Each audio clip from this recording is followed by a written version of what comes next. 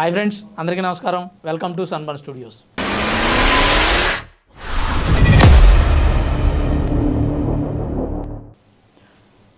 రీసెంట్గా మోదీ గారు ఒక రికార్డ్ అయితే బ్రేక్ చేశారు. అదేంటంటే నెహ్రూ తర్వాత ఎక్కువ కాలం పరిపాలించిన ప్రధానమంత్రిగా రికార్డు సృష్టించారు. అలాగే ఇందిరాగాంధీ గారిని కూడా దాటేశారు. అయితే ఇప్పటి వరకు ఎక్కువ కాలం పరిపాలించిన ప్రధానమంత్రి నెహ్రూ గారు ఉండేవారు. ఆ తర్వాత లిస్టులో మోదీ గారిని చేర్చారు. అంటే మోదీ గారు కూడా ఎక్కువ కాలం పరిపాలించారు. అలాగే దాంతోపాటు ప్రధానమంత్రిగా పనిచేసిన కాంగ్రెస్ కాని వ్యక్తి, అంటే ఇప్పటి వరకు కాంగ్రెస్కి సంబంధించిన వ్యక్తులే ప్రధానమంత్రిగా ఎక్కువ కాలం పనిచేశారు. నెహ్రూ గారు అవ్వచ్చు, ఇందిరాగాంధీ అవ్వచ్చు, మన్మోహన్ సింగ్ అవ్వచ్చు, ఇట్లా వీళ్ళు పనిచేశారు. కానీ కాంగ్రెస్కి సంబంధం లేని వ్యక్తి ఎక్కువ కాలం ప్రధానిగా పనిచేయడం మోదీ గారే. అలాగే దాంతోపాటు కాంగ్రెస్ ప్రభుత్వం చేయలేనటువంటి ఎన్నో అద్భుతమైనటువంటి కార్యక్రమాలని మోదీ గారు చేశారు. వాటిలో కొన్ని మనం తెలుసుకునే ప్రయత్నం చేద్దాం.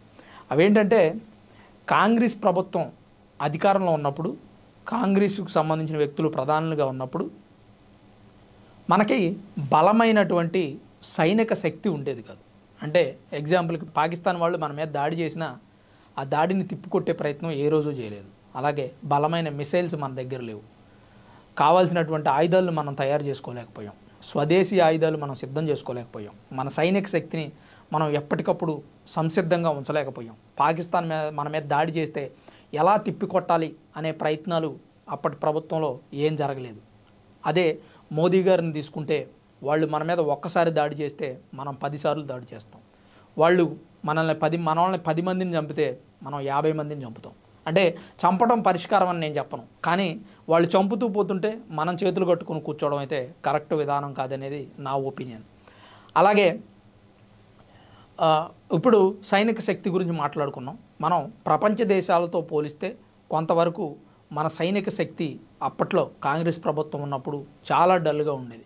అసలు సైనిక శక్తి లేదు అని చెప్పుకునే పరిస్థితి కూడా ఉండేది. కానీ ఇప్పుడు సైనిక శక్తి చాలా బలంగా మారింది. అదొక పాయింట్. అలాగే కాంగ్రెస్ ప్రభుత్వం అధికారంలో ఉన్నప్పుడు దేశంలో పేదరికం విలయతాండవం చేస్తూ ఉండేది. పేదలుగానే ఉండిపోయేవాళ్ళు, ఉన్నవాళ్ళు ఇంకాస్త సంపాదించుకునేవాళ్ళు. పేదోడు ఉన్నోడికే పెట్టేవాడు, ఉన్నోడికే పెట్టేవాడు అన్న రకంగా సంపద ఉన్నవాళ్ళు, ధనవంతులు మాత్రమే రాజ్యం ఏలేవాళ్ళు. మిగిలిన వాళ్ళ పరిస్థితి ఎలా ఉండేదో మనం చాలా పుస్తకాల్లో చదువుకున్నాం. కానీ ఇప్పుడు ఆ పరిస్థితి లేదు. 25 కోట్ల మంది భారతీయుల్ని పేదరికం నుంచి బయటేసింది ప్రధాని మోదీ గారని మనం చెప్పుకోవచ్చు. అలాగే ఇంకో గొప్ప విషయం ఏంటంటే ఎప్పటి నుంచో స్వతంత్రానికి ముందు నుంచి దేశంలో పాతుకుపోయినటువంటి కాంగ్రెస్ ప్రభుత్వం కానీ, కాంగ్రెస్ వారసులు కానీ, వాళ్ళు మాత్రమే ప్రధానులుగా కొనసాగుతున్న సందర్భంలో ఒక సామాన్య పేద కుటుంబం నుంచి వచ్చినటువంటి మోదీ గారు ఇన్ని సంవత్సరాలు ప్రధానిగా కొనసాగడం, ప్రజల మన్ననలు పొందడం చాలా గొప్ప విషయం. అలాగే మౌలిక సదుపాయాలు, మౌలిక సౌకర్యాల గురించి చూసుకున్నట్టయితే కాంగ్రెస్ ప్రభుత్వంలో ఎలాంటి మౌలిక సౌకర్యాలు లేవు. ఇప్పుడు ఎంతగా డెవలప్ చెందాయో మనందరికీ అర్థమవుతుంది. మోదీ గారు 1 కాదు 2 కాదు ఎన్నో చెప్పుకోదగ్గ పనులు చేశారు. దేశాన్ని, మన భారతదేశాన్ని ప్రపంచ స్థాయిలో నిలబెట్టారు.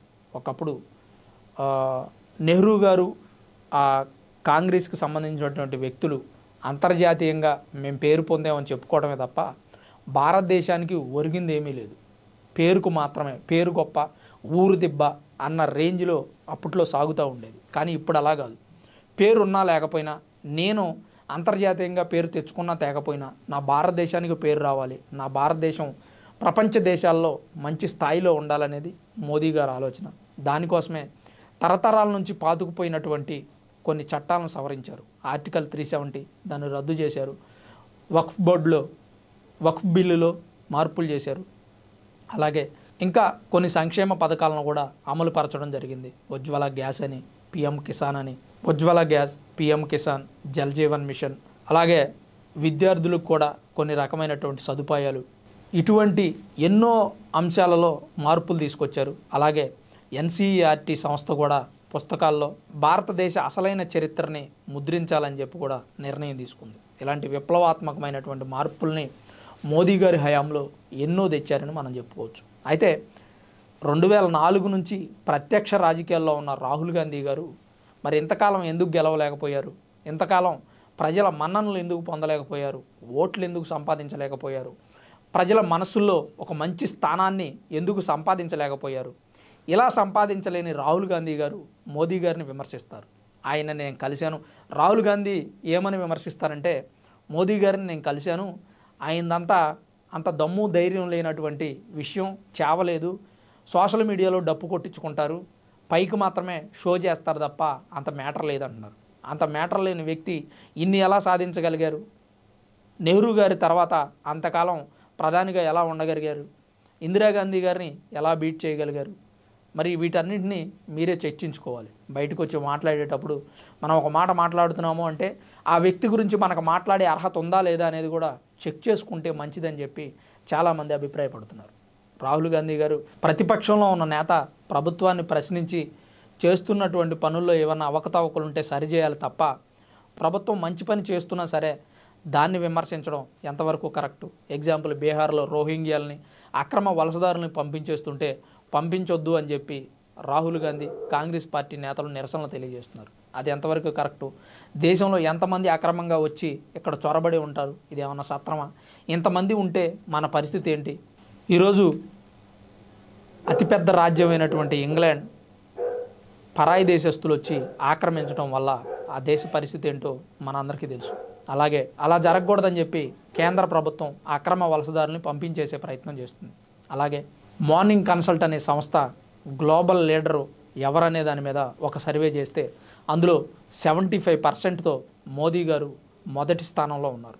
రెండో స్థానంలో సౌత్ కొరియా అధ్యక్షుడు లీ ఉన్నారు. మరి అలాంటి గొప్ప నాయకుడిని పట్టుకొని రాహుల్ గాంధీ గారు ఆయన ఒక షో అని చెప్పి షో చేస్తున్నారు, మ్యాటర్ లేదనడం ఎంతవరకు సమంజసం? ఫ్రెండ్స్, మరి మోదీ గారి గురించి నాకు తెలిసినంతవరకు చెప్పే ప్రయత్నం చేశాను. మరి మీకు ఏదైనా తెలిస్తే కామెంట్ చేసే ప్రయత్నం చేయండి. వీడియో ఎలా అనిపించిందో కామెంట్ చేయడం మాత్రం మర్చిపోవద్దు. Thanks for watching this video. This is Ram signing off సన్మన్ studios.